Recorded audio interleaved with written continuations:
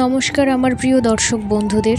আজকে আমি আলোচনা করব কলিযুগে নারীরা পরপুরুষের প্রতি আসক্ত হয় কোন অভিশাপের কারণে। হিন্দু ধর্মে 4টি যুগের কথা বলা হয়েছে।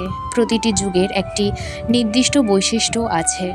সত্যযুগ ছিল ধর্মের স্বর্ণযুগ, যেখানে মানুষ নৈতিকভাবে সর্বোচ্চ অবস্থানে ছিল। ত্রেতা যুগে নৈতিকতা কিছুটা কমে এলেও ধর্মবোধ যথেষ্ট ছিল। দাপর যুগে আরও কিছুটা ক্ষয় হয় এবং অবশেষে কলিযুগে মানুষ ভোগ বিলাসে লিপ্ত হয়ে পড়ে এবং ধর্মের মাত্র 25% টিকে থাকে। শ্রীমদ্ ভগবদ্গীতায় শ্রীকৃষ্ণ বলেছেন যে কলিযুগ হবে কাম, লোভ ও মোহের যুগ। এই যুগে মানুষ দেবসুখকে সর্বাধিক গুরুত্ব দেবে। পরোপকার ও নৈতিকতা কমে যাবে। কলিযুগে 4 স্তম্ভের মধ্যে 3টি ধ্বংসপ্রাপ্ত হয়ে যাবে। সত্য, দয়া এবং তপস্যা, এই 3টি স্তম্ভ কলিযুগে ধ্বংসপ্রাপ্ত হবে।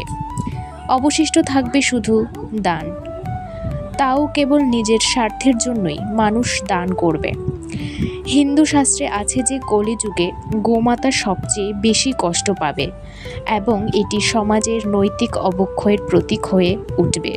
যখন সমাজ গোমাতাকে সম্মান দিতে ভুলে যাবে, তখন নারী ও পুরুষের চারিত্রিক অবক্ষয় বৃদ্ধি পাবে।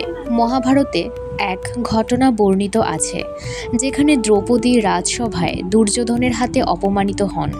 এই অপমানের পর দ্রৌপদী ক্রুদ্ধ হয়ে অভিশাপ দেন যে ভবিষ্যতে এমন এক যুগ আসবে যেখানে নারীরা নিজের ইচ্ছায় পরপুরুষের প্রতি আকৃষ্ট হবে এবং সমাজের কোনো নৈতিক নিয়ম মেনে চলবে না। অনেক পণ্ডিত মনে করেন কলিযুগের নারীদের এমন অনৈতিক আচরণের পেছনে দ্রৌপদীর অভিশাপের ভূমিকা রয়েছে।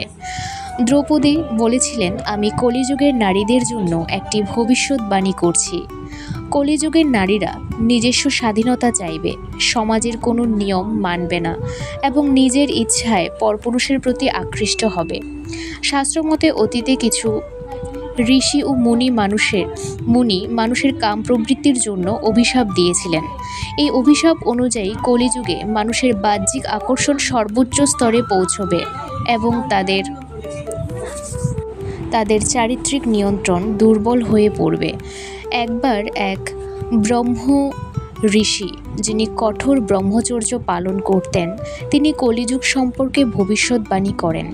তিনি বলেছিলেন, কলিযুগে মানুষের ইন্দ্রিয় সুখের প্রতি আকর্ষণ এত বেশি হবে যে তারা নৈতিকতার কথা ভুলে যাবে। নারীরা পরপুরুষের প্রতি আকৃষ্ট হবে এবং পুরুষেরাও বিবাহিত নারীদের প্রতি আকৃষ্ট হবে। অন্যদিকে কিছু গন্ধর্ব ও অপ্সরারাও কলিযুগ সম্পর্কে ভবিষ্যৎবাণী করেছিলেন। তারা বলেছিলেন, এই যুগে মানুষ প্রেম ও ভোগ বিলাসকে প্রধান মনে করবেন, সম্পর্কের পবিত্রতা নষ্ট হবে এবং অবৈধ সম্পর্কের পরিমাণ বৃদ্ধি পাবে।